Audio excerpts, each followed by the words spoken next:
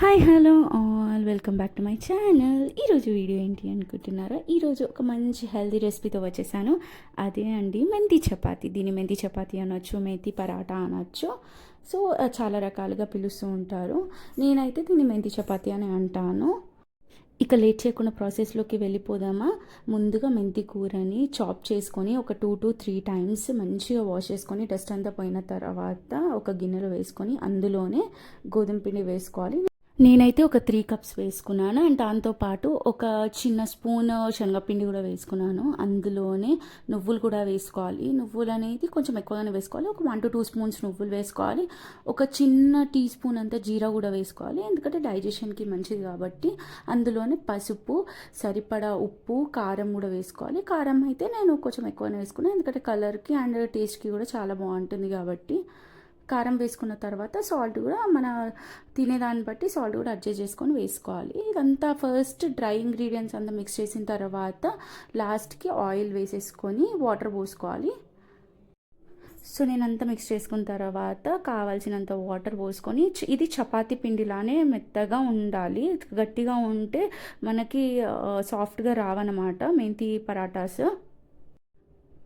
చూడండి, మీకు ఈ పిండి మిక్స్ చేసిన తర్వాత కూడా మీకు ఇలా టచ్ చేస్తూ నేను చూపిస్తాను ఎంత సాఫ్ట్గా ఉందో. పిండి అలా సాఫ్ట్గా ఉంటే సరిపోతుంది. అలా సాఫ్ట్గా ఉన్న తర్వాత పైనుండి కూడా కొంచెం ఆయిల్ వేసుకొని మళ్ళీ మొత్తం పిండిని ఒకసారి మంచిగా కలుపుకొని పక్కన పెట్టుకోవాలి. అట్లీస్ట్ ఒక 1/2 అవర్ to 1 అవర్ రెస్ట్ ఇవ్వాలి. తర్వాత పొడి పిండిని చల్లుకుంటూ మనం చపాతీలు ఎలా అయితే చేసుకుంటామో అలా చేసుకుంటే మన మేతి పరాటాలు చాలా సాఫ్ట్గా వస్తాయి. ఇది ఏంటంటే కొంచెం మన చపాతీ ఉన్నంత ఈజీగా మనం చేయలేం, కొంచెం ప్రెషర్ పెట్టాల్సి వస్తుంది చపాతీ చేస్తున్నప్పుడు.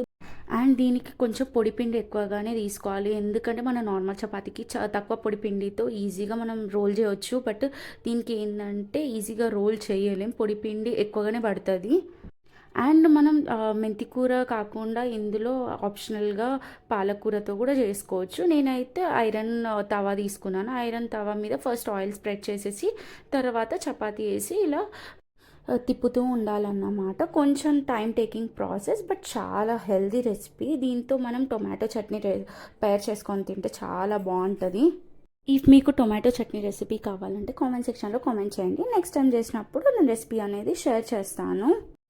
ఇది నా new YouTube channel. So if you like my videos, do like, share and subscribe to my channel. And thanks for giving me huge support. And ఇంకా ఇలాంటి మంచి రెసిపీ షేర్ చేస్తూ ఉంటాను. సో మీరు చేయాల్సిందల్లా సబ్స్క్రైబ్ చేసుకున్న తర్వాత నోటిఫికేషన్ బటన్ని ఆన్లో పెట్టుకోండి. సో నా వీడియోస్ అన్నీ మీకు వచ్చేస్తాయి అన్నమాట. Thanks for watching.